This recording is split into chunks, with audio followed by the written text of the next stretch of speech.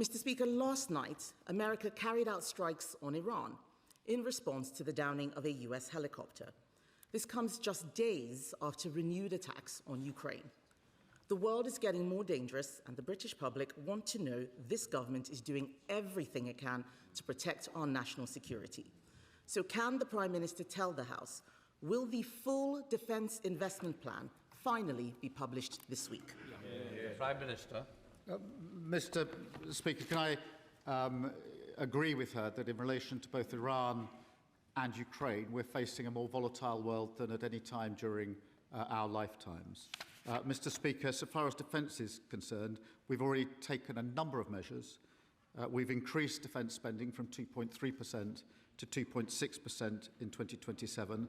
That's spending £270 billion over this Parliament. We've carried out a strategic review of defence, and we're committed to publishing the Defence Investment Plan before the NATO summit, which is in just a few weeks' time. Kemi Badenoch. That sounded like a no, Mr. Speaker. We have wasted 2 years waiting for the Defence Investment Plan. Projects have been put on hold, and Britain is getting weaker with every passing day. It has been reported that the Chief of the Defence Staff told the Prime Minister that the Ministry of Defence needs an extra £28 billion. Will that requirement be met in full? Mr. Speaker, we'll set out the Defence Investment Plan. It's a 10-year plan, and it's the first line-by-line review of defence budgets in 18 years. She's wrong to say it's been delayed by 2 years, Mr. Speaker. The Defence Strategic Review was published a year ago. We've been working through the details to make sure that we get this right. We are the government that has increased defence spending from 2.3 to 2.6%. I remind the party opposite, when they came into power, defence spending was 2.5%, and they took it down to 2.3%. We've taken it up to 2.6%. The defence investment, by 2027, the defence investment plan will be published before NATO. We've already signed 1,400 major defence contracts. 94% of those, Mr. Speaker, are with British businesses. And as the Defence Secretary said, that includes helicopters made in Yeovil, drones in Swindon, armoured vehicles in Telford. And we've also given our armed forces the biggest pay rise in over 20 years. That's Labour making investment to safeguard our national security. Mr. Speaker, can I welcome the pay rise for the armed forces? But the Prime Minister says he's increased defence spending. He's not. This year, he's cutting it by £3.5 billion. What he's talking about is hopeful increases, which we don't know if he will do because there is still no defence investment plan. At a time that we need leadership, Mr. Speaker, we have total paralysis. It is reported that the Chancellor is only willing to find £13 billion for the dip. At the London Defence Conference last year, the Prime Minister said defence would be the central organising principle of his government. How can that be the case when he's giving the armed forces less than half of the minimum that they need? Prime Minister. Mr. Speaker, we've already increased defence spend. We will spend £270 billion in this Parliament. What did they do on spend? They took it from 2.5% and they cut it to 2.3%. And we'll take no lectures from them. They sat at the heart of a government that failed our armed services. They cut frigates and destroyers by 25%. They cut mine hunters by 50%. They cut the army from 100,000 down to 72,000. They missed army recruitment targets every single year for 14 years. And they left morale in the armed forces at an all-time low. So we'll take no lectures from them on defence and security of our country. Mr. Speaker, we've heard him say this about 100 times. There is still no defence investment plan. He is the Prime Minister now, at least I think he is. Should I be calling Andy Burnham instead to ask these questions? He is the Prime Minister, and the reason that he's dithering is because he doesn't know where the money is coming from. The military is waiting, the bond markets are watching. He has only 3 options: cutting spending, more borrowing, or higher taxes. We know that the Chancellor wants to put up tax to pay for it. will the Prime Minister rule out raising taxes?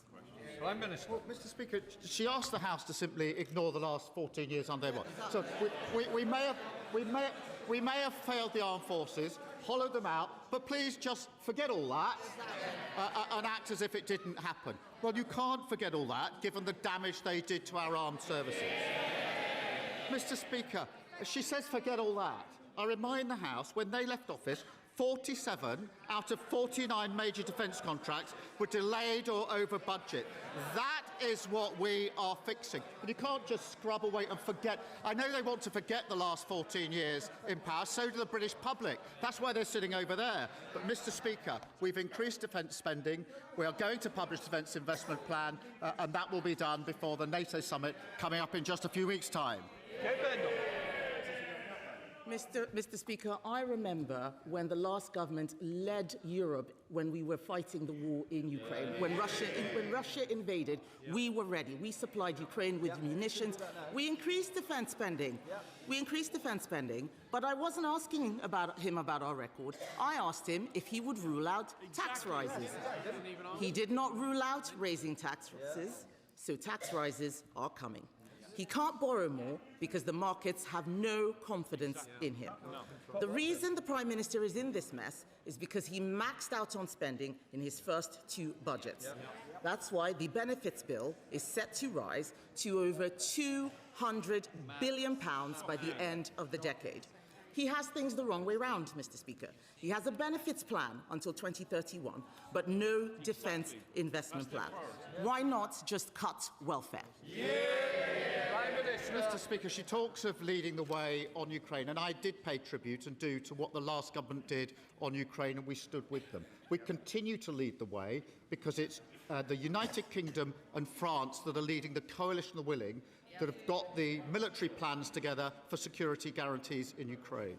Equally in Iran, Mr. Speaker, it is the UK government and the French government that have put together the coalition for the reassurance military plans as soon as the Strait of Hormuz is open. That is what we're doing to lead. But, Mr. Speaker, we are not going to take lectures on defence from the party opposite after what they did to the armed forces, and nor are we going to take lectures on the economy, which they crashed and we've had to pick up. Kemi Badenoch. Come on. Mr. Speaker, at a time of increased global instability and tension, war in Europe and the Middle East, he is paralysed, giving the armed forces less than half of the minimum that they need. Tony Blair says cut welfare for defence. Lord Robertson, former NATO Secretary-General, he's one of them, says cut welfare for defence. We all know why he won't cut welfare. It's because he is too weak. Too weak to make a decision, too weak to face down his backbenchers and cut benefits, too weak to stand up for our national security. As the sun sets on his premiership, he is scrabbling around for a legacy. But isn't it the case, Mr. Speaker, that the real legacy will be a bloated welfare state and a weaker armed forces? Mr. Speaker, when they were in office, they didn't reform welfare or invest in our armed services. So the very choice she puts up, they did. Defence spending went down, welfare spending went up £88 billion overall on their watch, £33 billion under the shadow chancellor. So, Mr. Speaker, they did neither welfare reform nor did they spend our armed forces. And every week she reminds us why the British public sent them packing, because she ignores what we're turning the country around. Growth is up. She doesn't want to talk about that. Interest rates are down. She doesn't want to talk about that. Immigration is down after she cheerleaded for it to go up, and the NHS waiting lists have coming down to the fastest rate for 17 years. I'm going to keep fighting for the people who elected a Labour government and sent us here 2 years ago. People who want to live in a safer world. Parents who want to have a better future for their children, and young people growing up in poverty who deserve a better future. We're investing in this great nation, standing up against those that divide us, a stronger, fairer Britain. Sir Ed Davey, Leader of the Liberal Democrats. Thank you, Mr. Speaker. Can I join the Prime Minister in sending our condolences to the families of those killed in last week's helicopter crash? And can I associate myself with the Prime Minister's remarks about the horrific knife attack in Belfast? Our thoughts are with the victim and his family, and can I join the Prime Minister in condemning the disorder last night? Mr. Speaker, in Carers Week, can I celebrate the millions of family carers who make huge sacrifices to look after their loved ones? And can I look forward to an England versus Scotland World Cup final? and can I wish you a happy birthday, Mr. Speaker?